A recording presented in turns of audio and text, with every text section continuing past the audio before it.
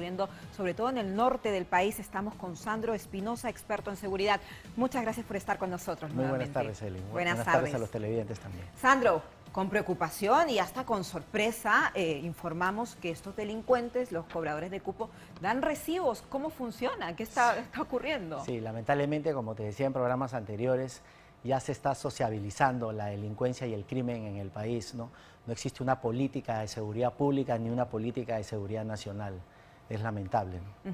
Y eso es uno de los casos, ¿no? Que vemos que pasan un recibo, 10 soles a los mototaxistas, 20 soles a los que tienen una bodega y a los empresarios ni que hablar, porque las sumas son mucho más grandes.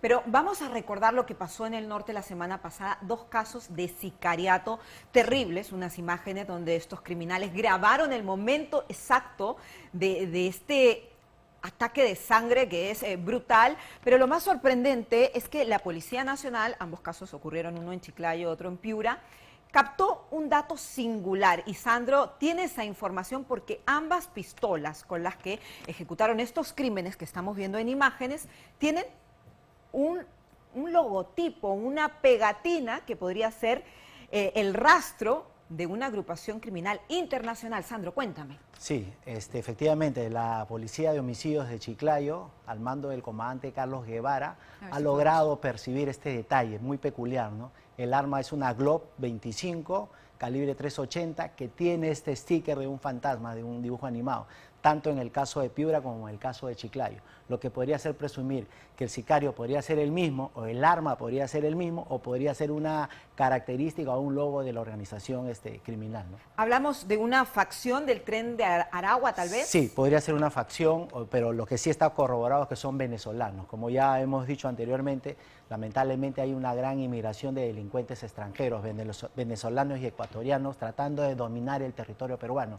Pero el riesgo va a ser de que lo que va a suceder como consecuencia de eso es una guerra entre estas bandas extranjeras y las bandas peruanas, ¿no? Van a comenzar... Por tener la hegemonía de Exacto, todo el por territorio. tener la hegemonía. Sandro, pero claro, siempre decimos el crimen perfecto no existe. Sí. Y ahí quedó grabado, ¿no? este logotipo, esta pegatina del fantasma que dejaría en evidencia que se trata del mismo criminal, porque inclusive la mano, si podemos mostrarlo, es bien similar, es bien parecida y podría ser un delincuente ranqueado que se maneja por toda la zona norte del país. Pero hay más información, Sandro, que tú nos compartiste y que a mí me ha dejado estupefacta.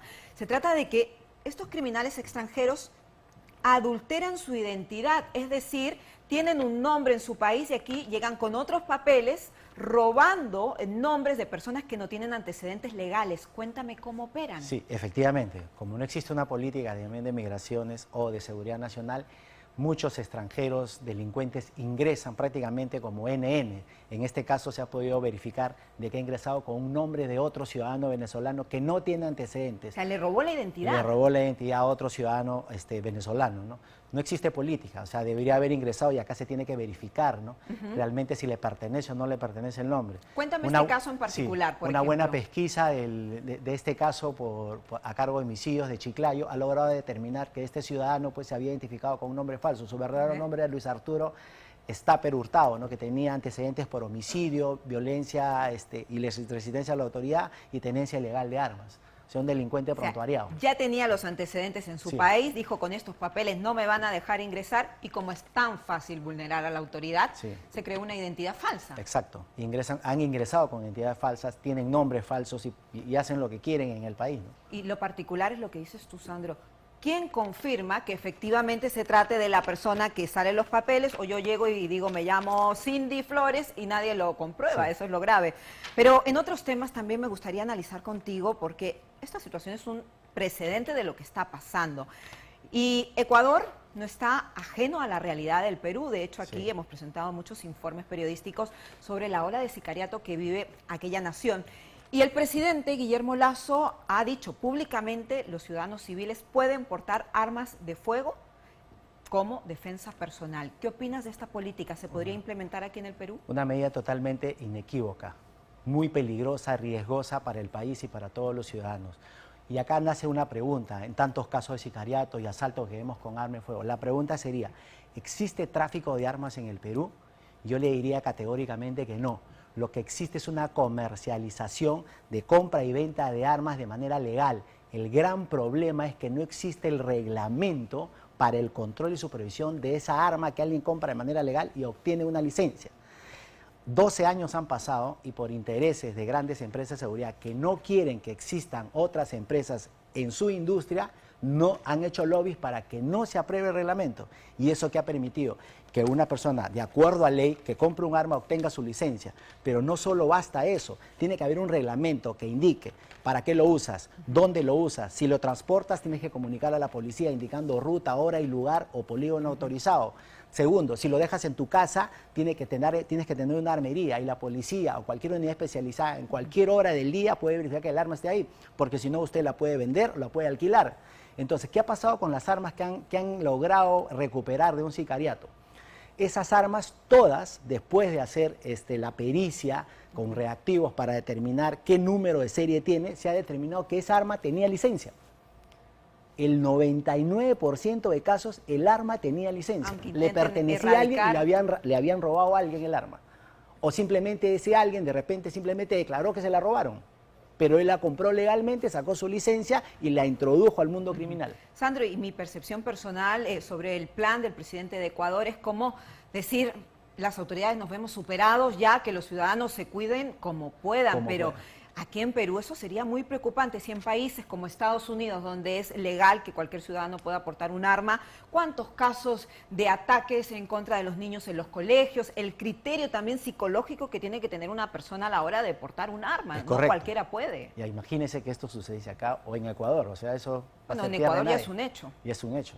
Gravísimo, sí, ¿no? Muy o sea, grave porque al parecer las autoridades no hacen su trabajo, pero también muchas veces las personas en redes sociales dicen, aquí en Perú la situación ya superó todos los límites, la delincuencia está totalmente descontrolada. ¿Por qué no se replica el plan Bukele del presidente del Salvador? ¿Eso podría ser viable? ¿Cuál es tu percepción, Sandro, de una política tan estricta como la del señor Bukele aquí en territorio nacional? Yo creo que Bukele tuvo el escenario idóneo, ¿no? Y el escenario idóneo sería que en las próximas elecciones un candidato, dado el escenario de inseguridad, pida facultades al legislativo y una vez teniendo esas facultades dicte medidas sumamente drásticas. Y luego de tener resultados como lo tuvo Bukele, pues tenga el apoyo del pueblo y a partir de ahí hacer lo que él hizo, ¿no? Decirle al legislativo, a partir de ahora vamos a hacer un cambio en el país y si no les gusta, sacaré los tanques. Fue lo que hizo Bukele. Y finalmente a partir de ahí él comenzó a poner orden. No hay otra manera. La corrupción ya está sociabilizada en el país. Es normal ya ser corrupto. O sea, ya hay porcentajes en obras, en lo que fuese. Ya es normal. Es más, el delito de corrupción fue creado simplemente para que los políticos no sean llamados delincuentes, cuando en realidad corrupción es igual a delincuente. O sea que el plan Bukele sería la salvación aquí en el Perú, porque debido a lo que estamos reportando todos los días. En el Perú y en casi todos los países de Sudamérica, ¿no? Pero también, ojo, que hay muchas entidades de derechos humanos que dicen no se respeta el protocolo contra los presos, están todos ahí hacinados, tienen que trabajar para ganarse su comida. Pero otros que dicen, oye, es lo mínimo, hay personas que están pasando hambre y a estos delincuentes, sicarios, les dan todas las facilidades. Lamentablemente las ONG internacionales son financiadas, los organismos internacionales de derechos humanos son financiados por ONG comunistas y socialistas. Y en esa línea los políticos de cara a un discurso político y diplomático no dicen lo que realmente es, ¿no? En verdad el Perú debería retirarse de la Convención Internacional de Derechos Humanos para poder adoptar ciertas medidas drásticas, ¿no? Contra la delincuencia, la criminalidad, el terrorismo y contra aquellos que atenten contra la seguridad nacional. No más paños tibios, ¿no? Hay que tomar medidas serias, importantes, porque si no esto va a continuar de mal en peor. Sí. Sandro, te agradezco mucho, como siempre, es un placer entender cómo operan estas mafias. Lo digo así porque uno tiene que estar precavido, tiene que saber cómo actúan y bueno, esperemos que las autoridades tomen notas para que hagan de una vez algo. Muchas gracias. Gracias.